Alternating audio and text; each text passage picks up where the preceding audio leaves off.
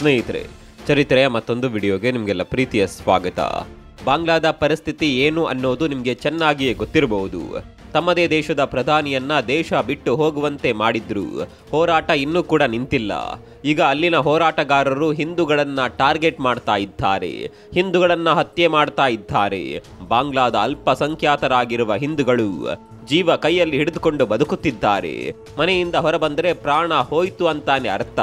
ಮನೆಯೊಳಗಿದ್ರೂ ಜೀವ ಉಳಿಯುತ್ತೆ ಅನ್ನುವ ಗ್ಯಾರಂಟಿ ಇಲ್ಲ. ಬಾಂಗ್ಲಾದಲ್ಲಿರುವ ಹಿಂದೂಗಳ ಪರಿಸ್ಥಿತಿ ಸದ್ಯಕ್ಕೆ ಘನಘೋರವಾಗಿದೆ. ಹೋರಾಟದ ನೆಪದಲ್ಲಿ ಹಿಂದೂಗಳನ್ನ ಟಾರ್ಗೆಟ್ ಮಾಡಿರುವ ಹೋರಾಟಗಾರರು ಅಲ್ಲಿನ ಹಿಂದೂಗಳನ್ನ ಪ್ರಾಣಿಗಳಂತೆ ಕೊಲ್ಲುತ್ತಿದ್ದಾರೆ. ದೇವಸ್ಥಾನಗಳಿಗೆ ಬೆಂಕಿ ಹಚ್ಚಲಾಗುತ್ತಿದೆ. ಕೇವಲ ಹಿಂದೂಗಳು ಮಾತ್ರವಲ್ಲ, ಅಲ್ಲಿ ಕ್ರಿಶ್ಚಿಯನರನ್ನ ಕೂಡ ಬಿಡ್ತಾ ಇಲ್ಲ. ಮುಸ್ಲಿಂ ಬಿಟ್ಟು ಬೇರೆ ಯಾವುದೇ ಧರ್ಮದವರು ಎದುರು ಸಿಕ್ಕರು ಅವರ ಕತೆ ಮುಗೀತು ಅಂತಾನೆ ಅರ್ಥ.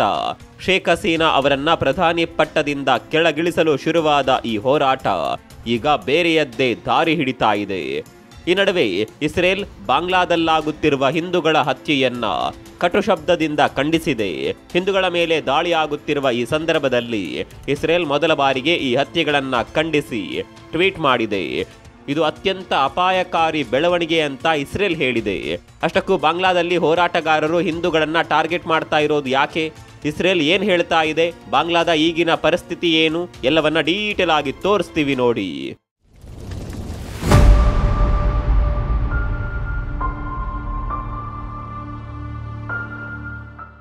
ಬಾಂಗ್ಲಾದಲ್ಲಿ ಆಗುತ್ತಿರುವ ಹಿಂದೂಗಳ ಮೇಲಿನ ದಾಳಿಯನ್ನ ಇಸ್ರೇಲ್ ಖಂಡಿಸಿದೆ. ಈ ರೀತಿಯ ಘಟನೆಗಳು ಯಾವುದೇ ಕಾರಣಕ್ಕೂ ನಡಿಬಾರದು, ಜೀವಿಸಲು ಎಲ್ಲರಿಗೂ ಹಕ್ಕಿದೆ ಅಂತ ಇಸ್ರೇಲ್ ರಾಯಭಾರಿ ಟ್ವೀಟ್ ಮಾಡಿದ್ದಾರೆ. ಇಸ್ರೇಲ್ ಇಂಥದ್ದೊಂದು ಹೇಳಿಕೆ ಬಿಡುಗಡೆ ಮಾಡುತ್ತಿದ್ದಂತೆ ಅತ್ತ ಯುರೋಪಿಯನ್ ಯೂನಿಯನ್ ಕೂಡ ಬಾಂಗ್ಲಾದಲ್ಲಿ ನಡೆಯುತ್ತಿರುವ ಹಿಂದೂಗಳ ಹತ್ಯೆಯನ್ನ ಖಂಡಿಸಿದೆ. ಒಂದ್ ಕಡೆ ಜಾಗತಿಕ ಶಕ್ತಿಗಳು ಈ ಹತ್ಯೆಯನ್ನ ಖಂಡಿಸುತ್ತಿದ್ರೆ, ಮತ್ತೊಂದು ಕಡೆ ಹಿಂದೂಗಳ ಮೇಲಿನ ದಾಳಿ ಮುಂದುವರಿಯುತ್ತಿದೆ. ನಾವು ಆರಂಭದಲ್ಲೇ ಹೇಳಿದಂತೆ ಮೀಸಲಾತಿ ವಿಚಾರದಲ್ಲಿ ಶುರುವಾದ ಈ ಹೋರಾಟ ಈಗ ಹಿಂದೂಗಳ ವಿರುದ್ಧದ ಹೋರಾಟವಾಗಿ ಮಾರ್ಪಟ್ಟಿದೆ. ಹಿಂದೂಗಳ ಮೇಲೆ, ದೇವಾಲಯಗಳ ಮೇಲೆ, ಹಿಂದೂಗಳ ಮನೆ, ಕಟ್ಟಡಗಳು, ವಾಣಿಜ್ಯ ಸಮುಚ್ಚಯಗಳ ಮೇಲೆ ದಾಳಿ ನಡೆಸಲಾಗಿದೆ. ಸ್ನೇಹಿತರೆ, ನಿಮ್ಗೆ ಗೊತ್ತಿರಲಿ, ಬಾಂಗ್ಲಾದೇಶದ ಒಟ್ಟು ಜನಸಂಖ್ಯೆ 17 ಕೋಟಿ. ಈ 17 ಕೋಟಿಯಲ್ಲಿ 8% ಹಿಂದೂಗಳಿದ್ದಾರೆ. ಅಂದ್ರೆ ಸುಮಾರು 1 ಕೋಟಿಯಷ್ಟು ಹಿಂದೂಗಳು ಬಾಂಗ್ಲಾದಲ್ಲಿ ಜೀವನ ನಡೆಸುತ್ತಿದ್ದಾರೆ. ಹಾಗೆ ನೋಡಿದ್ರೆ ಬಾಂಗ್ಲಾದೇಶದಲ್ಲಿ ಹಿಂದೂಗಳ ಮೇಲೆ ದಾಳಿ ಆಗ್ತಾ ಇರೋದು ಇದೇ ಮೊದಲಲ್ಲ. ಈ ಹಿಂದೆ ಕೂಡ ಹಲವು ಬಾರಿ ದಾಳಿಯಾಗಿದೆ. ಇದೇ ಕಾರಣಕ್ಕೆ ಬಾಂಗ್ಲಾದಲ್ಲಿ ವರ್ಷದಿಂದ ವರ್ಷಕ್ಕೆ ಹಿಂದೂಗಳ ಸಂಖ್ಯೆ ಕಡಿಮೆಯಾಗುತ್ತಲೇ ಇದೆ. 1951ರ ಜನಗಣತಿ ಅನ್ವಯ ಬಾಂಗ್ಲಾದ ಜನಸಂಖ್ಯೆಯ 22% ಹಿಂದೂಗಳಿದ್ರು. ಆದರೆ ಇತ್ತೀಚಿನ ವರ್ಷಗಳಲ್ಲಿ ಈ ಪ್ರಮಾಣ ಕೇವಲ 1.31 ಕೋಟಿಗೆ ಇಳಿದಿದೆ. ಈ ಸಂಖ್ಯೆಯನ್ನ ಕೂಡ ಅಲ್ಲಿನ ಜನರಿಗೆ ತಡೆದುಕೊಳ್ಳೋದಕ್ಕೆ ಆಗ್ತಾ ಇಲ್ಲ. ಹೀಗಾಗಿ ಮೀಸಲಾತಿ ಹೋರಾಟದ ನೆಪದಲ್ಲಿ ಹಿಂದೂಗಳನ್ನ ಟಾರ್ಗೆಟ್ ಮಾಡ್ತಾ ಇದ್ದಾರೆ. ಹೀಗೆ ಬಾಂಗ್ಲಾದಲ್ಲಿ ಹಿಂಸೆಗೆ ಒಳಗಾಗುತ್ತಿರುವ ಹಿಂದೂಗಳು ಭಾರತದ ಗಡಿಯತ್ತ ಬರ್ತಾ ಇದ್ದಾರೆ. ನಮಗೆ ಆಶ್ರಯ ನೀಡಿ ಅಂತ ಕೇಳಿಕೊಳ್ತಾ ಇದ್ದಾರೆ. ಗಡಿಯಲ್ಲಿ ಸಾವಿರಾರು ಜನ ಭಾರತದೊಳಗೆ ನುಸುಳುವ ಪ್ರಯತ್ನ ಮಾಡ್ತಾ ಇದ್ದಾರೆ. ಸುಮಾರು 1 ಕೋಟಿಯಷ್ಟು ಜನ ಭಾರತಕ್ಕೆ ಆಶ್ರಯ ಕೋರಿ ಬರಬಹುದು ಅನ್ನುವ ಅಂದಾಜು ಮಾಡಲಾಗಿದೆ. 1970ರ ಸಮಯದಲ್ಲಿ ಹಿಂಸೆಯಾದ ಸಂದರ್ಭದಲ್ಲಿ ಕೂಡ ಬಾಂಗ್ಲಾದ ಪ್ರಜೆಗಳು, ಅದರಲ್ಲೂ ಹಿಂದೂಗಳು ಭಾರತಕ್ಕೆ ಬಂದು ನೆಲೆಸಿದ್ರು. ಈಗ ಮತ್ತೆ ಬಾಂಗ್ಲಾದ ಹಿಂದೂಗಳಿಗೆ ಭಾರತದಲ್ಲಿ ಆಶ್ರಯ ನೀಡಬೇಕಾ ಅನ್ನುವ ಬಗ್ಗೆ ಚರ್ಚೆಗಳು ನಡೀತಾ ಇದೆ. ಮತ್ತೊಂದು ಕಡೆ ಭಾರತಕ್ಕೆ ಇದು ದೊಡ್ಡ ತಲೆನೋವಾಗಿ ಪರಿಣಮಿಸಿದೆ. ನಿರಾಶ್ರಿತರಿಗೆ ಅಷ್ಟು ಸುಲಭದಲ್ಲಿ ಆಶ್ರಯ ನೀಡೋದಕ್ಕೆ ಸಾಧ್ಯವಿಲ್ಲ. ಹೀಗಾಗಿ ಬಾಂಗ್ಲಾ ಗಡಿಯಲ್ಲಿ ಭದ್ರತೆಯನ್ನ ಹೆಚ್ಚು ಮಾಡಲಾಗಿದೆ. ಈ ನಡುವೆ ಭಾರತದ ಪಶ್ಚಿಮ ಬಂಗಾಳದ ಗಡಿಯೊಳಕ್ಕೆ ನುಸುಳುವ ಪ್ರಯತ್ನ ಮಾಡಿದ್ದ ಬಾಂಗ್ಲಾದೇಶದ ಸುಮಾರು 600ಕ್ಕೂ ಹೆಚ್ಚು ಜನರನ್ನ BSF ಅಧಿಕಾರಿಗಳು ಗಡಿಯಲ್ಲಿ ತಡೆದಿದ್ದಾರೆ. ಬಾಂಗ್ಲಾ ಹಾಗೂ ಭಾರತದ ಗಡಿಯಲ್ಲಿ ಯೋಧರು ಫುಲ್ ಅಲರ್ಟ್ ಆಗಿದ್ದು ಯಾರೂ ಕೂಡ ನಮ್ಮ ದೇಶದೊಳಗೆ ನುಗ್ಗದಂತೆ ಜಾಗೃತೆ ವಹಿಸುತ್ತಿದ್ದಾರೆ. ಮತ್ತೊಂದು ಕಡೆ ಗಡಿಯಲ್ಲಿರುವ ನಿರಾಶ್ರಿತರು ಕೈ ಮುಗಿದು ಒಳ ಬಿಡುವಂತೆ ಬೇಡಿಕೊಳ್ತಾ ಇದ್ದಾರೆ. ನಮಗೆ ಜೀವ ಭಯವಿದೆ, ದಯವಿಟ್ಟು ಭಾರತದ ಒಳಗೆ ಹೋಗಲು ನಮ್ಮನ್ನ ಬಿಟ್ಟು ಬಿಡಿ ಅಂತ ಅಧಿಕಾರಿಗಳ ಬಳಿ ಕೇಳಿಕೊಳ್ತಾ ಇದ್ದಾರೆ. ಗಡಿಯೊಳಗೆ ಸೇರಿಸಲು ಇನ್ನೂ ಕೂಡ ಭಾರತ ಸರ್ಕಾರ ಅನುಮತಿ ನೀಡದ ಹಿನ್ನೆಲೆಯಲ್ಲಿ ಗಡಿ ಭದ್ರತೆ ವಹಿಸುವ BSF ಸಿಬ್ಬಂದಿಗಳು ಫುಲ್ ಅಲರ್ಟ್ ಆಗಿದ್ದು ಯಾರನ್ನ ಕೂಡ ಒಳಬರದಂತೆ ತಡೆಯುತ್ತಿದ್ದಾರೆ. ಒಂದ್ ಕಡೆ ಈ ರೀತಿ ನಡೀತಾ ಇದ್ರೆ, ಮತ್ತೊಂದು ಕಡೆ ಪೊಲೀಸರ ಜೀವಕ್ಕೆ ಯಾವುದೇ ರೀತಿಯ ರಕ್ಷಣೆ ಇಲ್ಲ ಅನ್ನುವ ಪರಿಸ್ಥಿತಿ ಎದುರಾಗಿದೆ. ಹಿಂಸಾಚಾರಕ್ಕೆ ಹೆದರಿ ಪೊಲೀಸರು ಸ್ಟೇಷನ್ನಿಂದ ಓಡಿ ಹೋಗ್ತಾ ಇದ್ದಾರೆ. ಪೊಲೀಸರ ಮೇಲೆ ಕೂಡ ದಾಳಿ ಆಗುತ್ತಿದೆ. ಶಾಕಿಂಗ್ ಸಂಗತಿ ಅಂದರೆ ಇಲ್ಲಿವರೆಗೆ 100ಕ್ಕೂ ಹೆಚ್ಚು ಪೊಲೀಸರನ್ನ ಹತ್ಯೆ ಮಾಡಲಾಗಿದೆ. ಒಂದು ದೇಶದಲ್ಲಿ ಪೊಲೀಸರೇ ಇಲ್ಲ ಅಂದ ಮೇಲೆ ಅಲ್ಲಿನ ಪರಿಸ್ಥಿತಿ ಯಾವ ರೀತಿ ಇರಬಹುದು ಜಸ್ಟ್ ಇಮ್ಯಾಜಿನ್ ಮಾಡಿಕೊಳ್ಳಿ. ಹೀಗಾಗಿ ಬಾಂಗ್ಲಾದ ಕಾನೂನು ಸುವ್ಯವಸ್ಥೆ ಸಂಪೂರ್ಣವಾಗಿ ಕುಸಿದು ಹೋಗಿದೆ. ಕಳ್ಳತನ ಪ್ರಕರಣಗಳು ಹೆಚ್ಚಾಗುತ್ತಿದೆ. ಪುಂಡರು ಬ್ಯಾಂಕ್ಗಳನ್ನ ಕೂಡ ಬಿಡ್ತಾ ಇಲ್ಲ. ಬ್ಯಾಂಕ್ಗಳ ಬಾಗಿಲು ತೆಗೆಯೋದಕ್ಕೆ ಕೂಡ ಭಯ ಪಡ್ತಾ ಇದ್ದಾರೆ. ಬಾಗಿಲು ತೆರೆದ್ರೆ ಎಲ್ಲಿ ಲೂಟಿ ಆಗುತ್ತೋ ಅನ್ನುವ ಭಯ ಅಲ್ಲಿನ ಮ್ಯಾನೇಜರ್ಗಳನ್ನ ಕಾಡ್ತಾ ಇದೆ. ಬ್ಯಾಂಕ್ನ ಅಧಿಕಾರಿಗಳು ಕೂಡ ತಮ್ಮ ಸ್ಥಾನಕ್ಕೆ ರಾಜೀನಾಮೆ ನೀಡ್ತಾ ಇದ್ದಾರೆ. ಹೀಗೆ ಬಾಂಗ್ಲಾದ ಬ್ಯಾಂಕಿಂಗ್ ವ್ಯವಸ್ಥೆ ಸಂಪೂರ್ಣವಾಗಿ ಬಂದ್ ಆಗಿದೆ. ಇನ್ನು ಬಾಂಗ್ಲಾದೇಶದಲ್ಲಿ ಫ್ಯಾಕ್ಟರಿಗಳು ಕೂಡ ಕ್ಲೋಸ್ ಆಗಿದೆ. ಎಲ್ಲಿ ಲೂಟಿ ಆಗುತ್ತೋ ಅನ್ನುವ ಭಯದಿಂದ ಅಲ್ಲಿನ ಜನ ಅಂಗಡಿಗಳ ಬಾಗಿಲುಗಳನ್ನ ಕೂಡ ತೆರೆಯುತ್ತಿಲ್ಲ. ಇದೆಲ್ಲದರ ಪರಿಣಾಮ ಅಲ್ಲಿನ ಹೋರಾಟಗಾರರಿಗೆ ಈಗ ಗೊತ್ತಾಗೋದಿಲ್ಲ. ಆದರೆ ಮುಂದಿನ ದಿನಗಳಲ್ಲಿ ದೊಡ್ಡ ಮಟ್ಟದ ಪೆಟ್ಟು ಕೊಡೋದರಲ್ಲಿ ಅನುಮಾನ ಬೇಡ.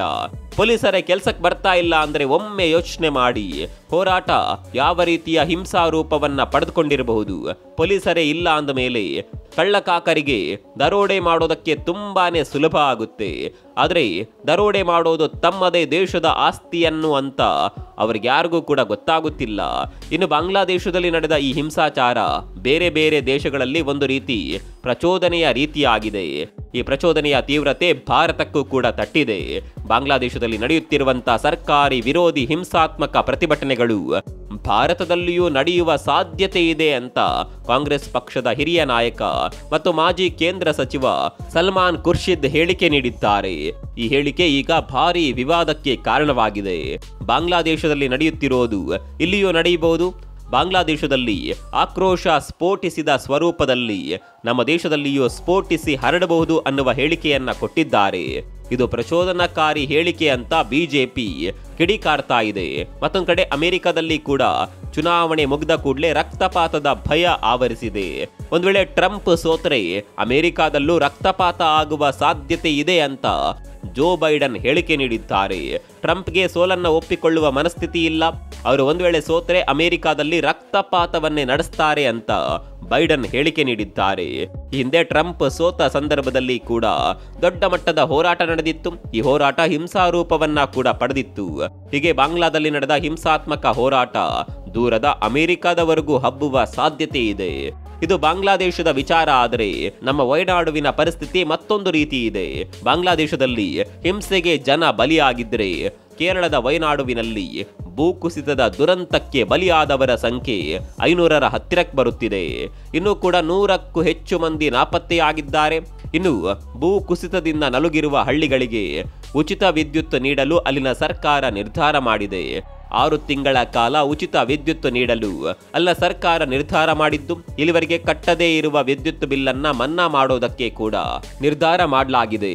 ಸರ್ಕಾರ ಒಂದು ಕಡೆ ಈ ರೀತಿ ಸಹಾಯ ಮಾಡ್ತಾ ಇದ್ರೆ ಅಥವಾ ಬ್ಯಾಂಕ್ನವರು ಮಾತ್ರ ಸಂತ್ರಸ್ತರಿಗೆ ಕಾಟ ಕೊಡೋದಕ್ಕೆ ಶುರು ಮಾಡಿದ್ದಾರೆ. ಸಾಲ ಪಡೆದವರಿಗೆ ಸಾಲ ಮರುಪಾವತಿ ಮಾಡುವಂತೆ ಕರೆ ಮಾಡಿ ಹಿಂಸೆ ಮಾಡಲಾಗ್ತಾ ಇದೆ. ಮೊದಲೇ ಮನೆ ಮಠಗಳನ್ನ ಕಳೆದುಕೊಂಡು ಸಂಕಷ್ಟದಲ್ಲಿರುವ ಜನರಿಗೆ ಬ್ಯಾಂಕ್ಗಳು ಕೂಡ ತೊಂದರೆ ಕೊಡೋದಕ್ಕೆ ಶುರು ಮಾಡಿದೆ. ಬ್ಯಾಂಕ್ಗಳ ಈ ವರ್ತನೆ ಅಮಾನವೀಯ ಅಂತ ಜನ ಆಕ್ರೋಶ ವ್ಯಕ್ತಪಡಿಸುತ್ತಿದ್ದಾರೆ. ಮತ್ತೊಂದು ಕಡೆ ಸಂತ್ರಸ್ತರು ಮತ್ತೊಮ್ಮೆ ಜೀವನ ಕಟ್ಟಿಕೊಳ್ಳಲು ಪ್ರಯತ್ನ ಮಾಡ್ತಾ ಇದ್ದಾರೆ. ಮನೆ ಕಳೆದುಕೊಂಡವರಿಗೆ ಮನೆಗಳನ್ನ ನಿರ್ಮಾಣ ಮಾಡಿಕೊಡುವ ಭರವಸೆಯನ್ನ ರಾಜಕೀಯ ಪಕ್ಷಗಳು ನೀಡಿವೆ. ಅಲ್ಲಿವರೆಗೆ ಅವರ ಪರಿಸ್ಥಿತಿ ಏನು ಅನ್ನೋದು ಮಾತ್ರ ಗೊತ್ತಿಲ್ಲ. ಅದೇನೇ ಇರಲಿ, ಬಾಂಗ್ಲಾ ಬೆಂಕಿ ಇನ್ನೂ ಕೂಡ ಕಡಿಮೆಯಾಗಿಲ್ಲ. ಬಾಂಗ್ಲಾದಲ್ಲಿ ಹಿಂದೂಗಳ ಮೇಲೆ ಆಗುತ್ತಿರುವ ದಾಳಿಯ ಬಗ್ಗೆ ನಿಮ್ಗೇನನ್ಸುತ್ತೆ? ಕಾಮೆಂಟ್ ಮಾಡಿ.